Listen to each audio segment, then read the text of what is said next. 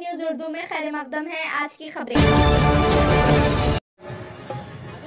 Next ఎలక్షన్లకు ఈమెనే MLA క్యాండిడేట్గా అంటే నన్ను జరిగిపోండి అని అర్థమా? మరి ఓ అన్నారేంది? మరి నేను బ్యాక్గ్రౌండ్ మొత్తం పండుగలు చేస్తా, అన్ని చేస్తా.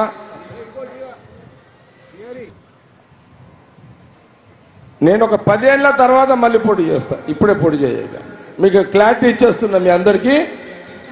ఇంకా 10 సంవత్సరాలకు నేను సంగారెడ్డి నియోజకవర్గం నుంచి ఎమ్మెల్యేగా పోటీ చేస్తా.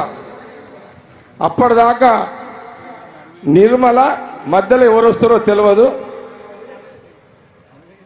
మా చర్యాల అంజనేయులు కష్టకాలంలో పనిచేసిండు, ఆయనకు కూడా ఒక అవకాశం ఇవ్వాలి.